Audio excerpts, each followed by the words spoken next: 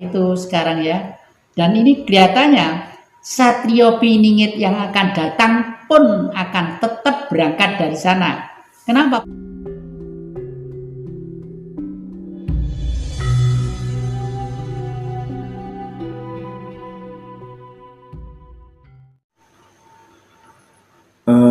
Eyang Jati, pada kesempatan kali ini kami paksa ya untuk berbicara tentang sejujur-jujurnya siapa sebenarnya sosok Satrio Piningit itu, ciri-cirinya bagaimana, dan apapun yang terkait dengan Satrio Piningit, mohon dengan sangat kami minta Eyang Jati untuk berbicara apa adanya. Yang kedua, kami ingin melihat secara langsung melalui tarot, karena banyak yang mengatakan di tahun 2045 Indonesia ini akan menjelma menjadi negara superpower 3 atau menjadi mercusuar dunia, menjadi kapten kesebelasan dunia. Nah, mohon nanti mari kita simak bersama-sama. Mohon Eyang Jati. Terima kasih. Memang setiap kurun waktu tertentu kegelisahan manusia itu, kultur bangsa kita khususnya di Jawa selalu ada mencuat yang istilahnya itu Satrio Piningit ya. Sebenarnya di mana-mana pun ada Satrio Piningit itu, entah di Afrika, entah di Eropa, entah di Cina, entah di manapun Kak, saya cermati masih ada. Sebelum itu kita akan mencoba menguraikan siapakah sebenarnya Satrio Piningit itu.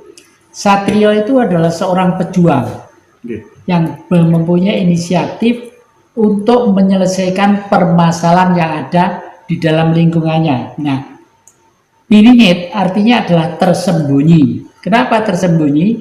Karena paradigma pemikiran barunya tidak dimiliki oleh mereka. Dan untuk Satrio Piningit kelas tataran Jawa ini memang sangat misterius, sekali lagi sangat misterius. Kenapa?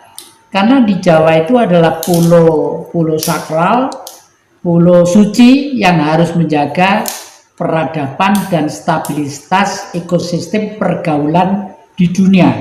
Oleh karena itu kelasnya Satrio Piningit di Pulau Jawa dengan kelasnya Satrio Piningit di daerah yang lain pasti akan tetap lain. Kalau di daerah lain, negara lain sifatnya adalah lokal dan primordial, tetapi kalau di Jawa ini punya tugas yang sangat besar, yaitu hamemayu hayu ing bawono. Kira-kira di Pulau Jawa itu pernah berapa kali ada Satrio Piningit? Sehemat pengetahuan saya, berdasarkan entah itu dongeng, entah legenda, entah itu yang tertulis dalam sejarah, itu pertama kali pada abad 12, yaitu Sang Ken Arok atau Sang Amurwa Bumi. Saya anggap beliau adalah Satrio Piningit. Karena apa? Karena hiruk pikuk abad 12 ini membuat bangsa Nusantara itu bangsa yang boleh dikata berhenti di tempat dan bahkan seperti bola ruwet di dalam air yang basah. Untuk mengurai menjadi rentangan benang atau bola itu sendiri harus memerlukan seseorang yang sabar, telaten, tapi berjiwa revolusioner. Inilah yang dimulai oleh Sang Amurwa Bumi atau Ken Arok.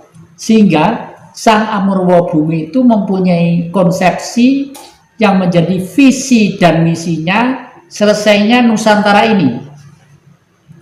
Lalu timbullah suatu negara besar yang dinamakan Majapahit. Nah, dari zaman abad 12 ada seorang tokoh yang tidak pernah ke permukaan. Karena tokoh itu memang di dalam dirinya ada sosok-sosok getaran kekuatan gaib secara universal, yaitu kekuatan Sang Maha itu sendiri yang menyatu dalam sosok seorang manusia. Ini sering kita sebut dengan istilah Ken Dedes ya. Ken Dedes itu sebenarnya tidak pernah menjadi ratu, tetapi karena rahimnya, indung telurnya mengandung satu benih-benih calon-calon raja besar di Nusantara. Lalu Sang Kenarok tadi itu dikonotasikan sebagai sang satrio piningit yang nanti itu keturunannya akan berhak menurunkan raja-raja besar di Nusantara ini.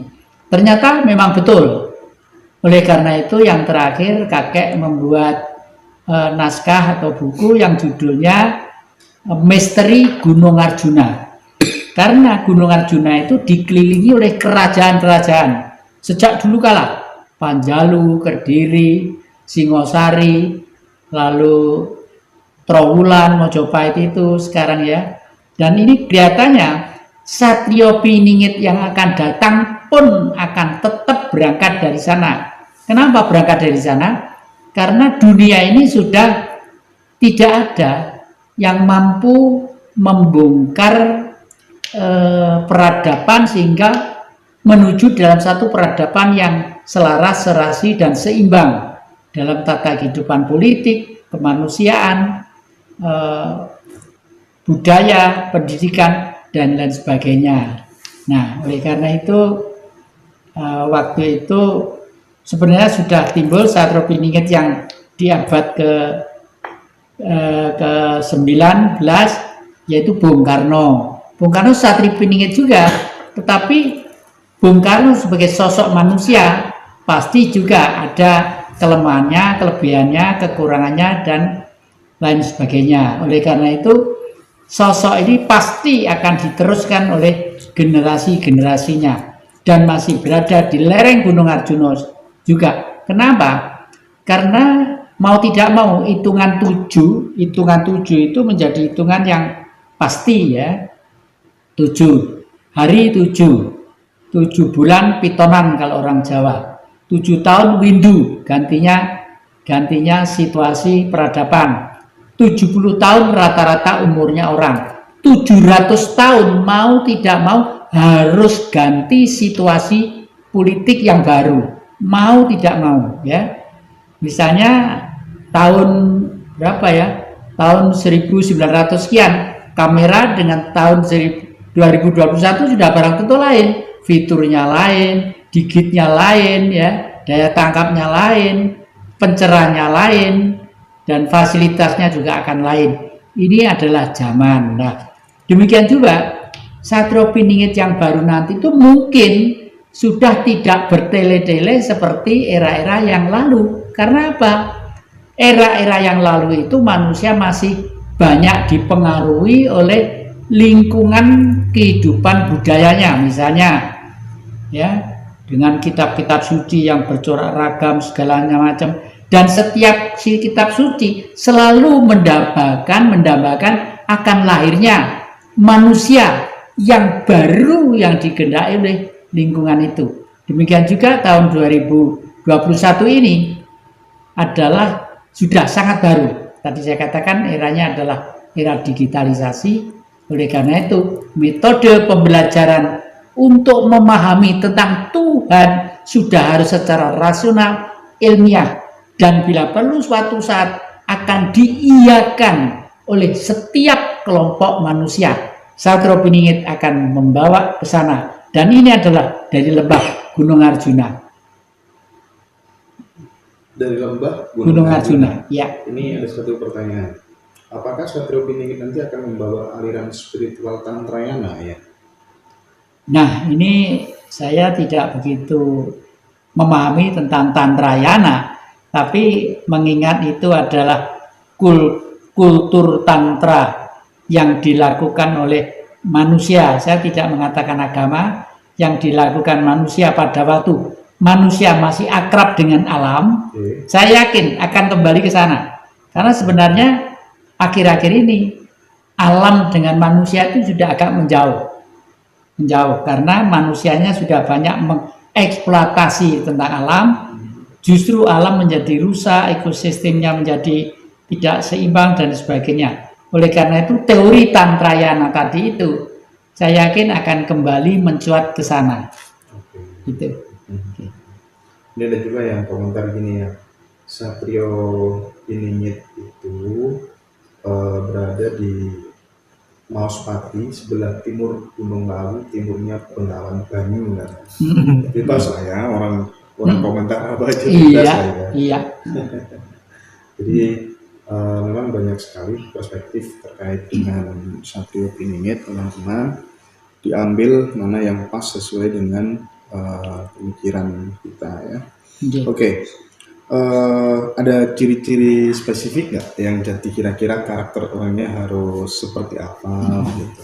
Pertama, saya tadi itu berada di lembah pinggir sungai Iya. di sekitar Lawu ya. Oke, Ini saya setuju juga karena apa? gitu ya. Karena akhir-akhir Maospati ini Mas Pati ya, Oke. karena akhir-akhir ini di timur sana, di Timur Tengah ya, Iya. ada gegeran dari Palestina ya, Palestina dengan suku-suku yang ada lainnya. Di sana di daerah sana menyebut orang suci adalah suku Lewi.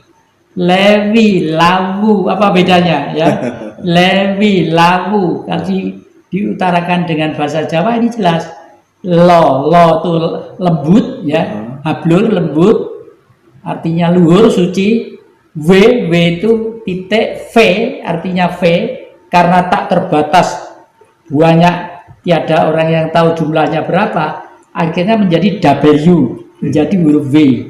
Jadi huruf V itu sebenarnya adalah tidak terbatasnya spirit dari manusia yang selalu menyatu dengan kekuatan makrokosmos, dengan kekuatan dunia besar. Nah, makanya disebut suku Lewi. Iya. Nah, Lewi itu di Palestina sana disebut Jehovah atau Jawa. Jadi orang sana sebenarnya percaya betul dengan si Jawa ini, percaya betul. Oke. Ini dari Mulyana. Matur nuwun Mas Hendra, Satrio Piningit yang berpotensi menjadi presiden Indonesia barangkali tidak lepas dari Trah Brawijaya V dan Trah Wangsa Sailendra katanya. Ya, dua Trah itu adalah DNA-nya, ya DNA manusia-manusia yang jenius. Berangkat dari tulisan Arusio Santos, filosofus Profesor Dr. Arusio Santos, filosof dari Brasilia ya. Itu memang mensinyalir bahwa manusia tercerdas di seluruh dunia ini ternyata sisanya sekarang disebut sebagai bangsa Indonesia. Disebut sebagai bangsa Indonesia. Nah, ternyata memang betul. Oleh karena itu saya akhir-akhir ini mulai mencari data-data untuk itu. Data yang pertama adalah saya lalu mengungkapkan kerajaan pertama kali di dunia adalah di Pulau Jawa. Kerajaan pertama kali di dunia di Pulau Jawa. Itu di lereng Gunung Arjuna. Di sana, namanya Sumbrawan. Itu kurang lebih sekitar 15.000 tahun sebelum Masehi, ya. Di sana. Lalu dan peninggalan pintu gerbangnya masih ada di Singosari yang disebut Dwara Polo. Dua itu dua, Polo itu adalah suatu wujud di mana kelembutan hati dan keperkasaan dari Trah Lemuria tadi itu digambarkan sebagai